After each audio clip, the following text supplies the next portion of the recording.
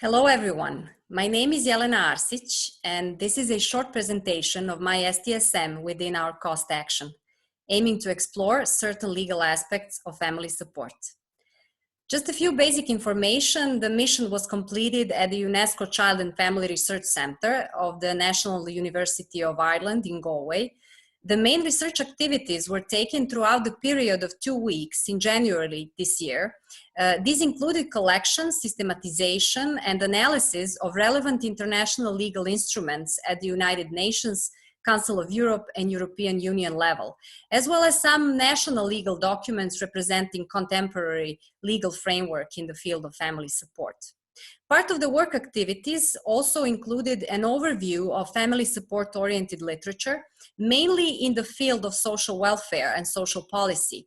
The overall legal analysis was based both on the bottom-up and top-down approach in order to include all aspects of modern conceptual view of family support in legal instruments. Why is this relevant? Well, whether we like it or not, the law necessarily shapes our lives. Same goes for families, and therefore the aim of the STSM was to explore how legal understanding of family and family support influences modern family support policies and practices.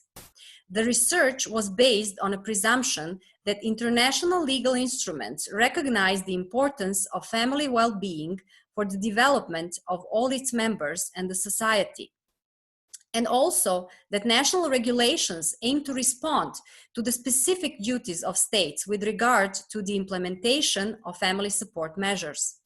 Therefore, expected results of this research assumed that legal instruments impact the overall provision of family support services on different levels. For example, in terms of legal recognition of existing family forms, acknowledgement of eligible users of services, and the goals of family support. It also anticipated that legal understanding of family protection directly influences means of support provided by modern societies, primarily in the exercising of children's rights.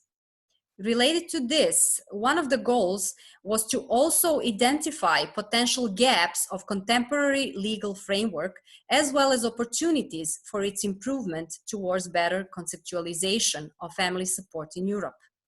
This is why the main research questions related to the definitions of family and family support in relevant international and selected national legal documents, legally recognized family members, and the core components of family support foreseen by existing legal standards. Research shows that international instruments do not define family, although family is recognized as the natural unit of society guaranteed with special protection. National legal definitions of family are rare, leaning towards traditional concepts usually based on marriage or child-parent relationships. This is found in numerous constitutions of European countries and in some national laws. In addition, legal provisions often provide limited opportunities to alternative family forms, and this, as a consequence, might lead to the lack of adequate family protection in practice. Legal notion of family support is ambiguous, hidden within general provisions on special protection of family, and rarely explicitly mentioned, most often as a part of supervision authority or duty of states to provide assistance to families. Still, the right to family support undoubtedly stems from international instruments. A number of provisions of the Convention on the Rights of the Child indicate that family support is a precondition for the protection of child rights. Other UN treaties also elaborate on the responsibilities of states in securing support to families. Council of Europe instruments refer to family support, particularly through the practice of European Court of Human Rights, and this further naturally shapes national legal systems. However, the lack of more explicit legal norms affects determination of family support target groups and core components of family support services.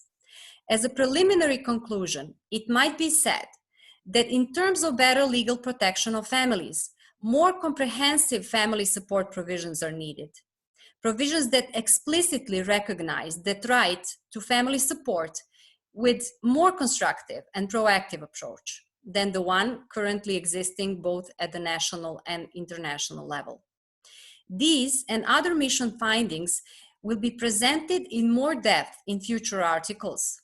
It will also serve as inputs for our scoping study of the conceptualization and delivery of family support in Europe and other cost project deliverables.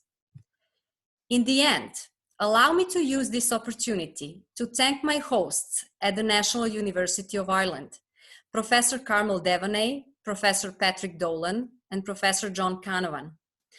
Talks that we've had during the STSM contributed to the research being done in line with other project activities.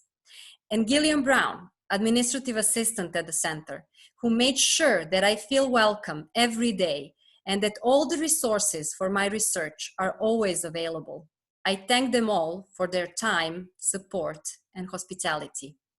My law school colleague, Professor Jelena, who had a scientific mission at the same time at the center, was a great research companion, and we now join forces to hopefully bring new legal perspectives on the subject of family support.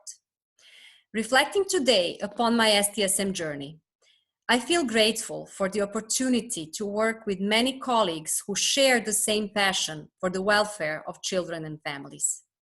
Our COST project is a place where love and devotion for the better of children and families bond with science, leading securely to innovative ideas in the field of family support.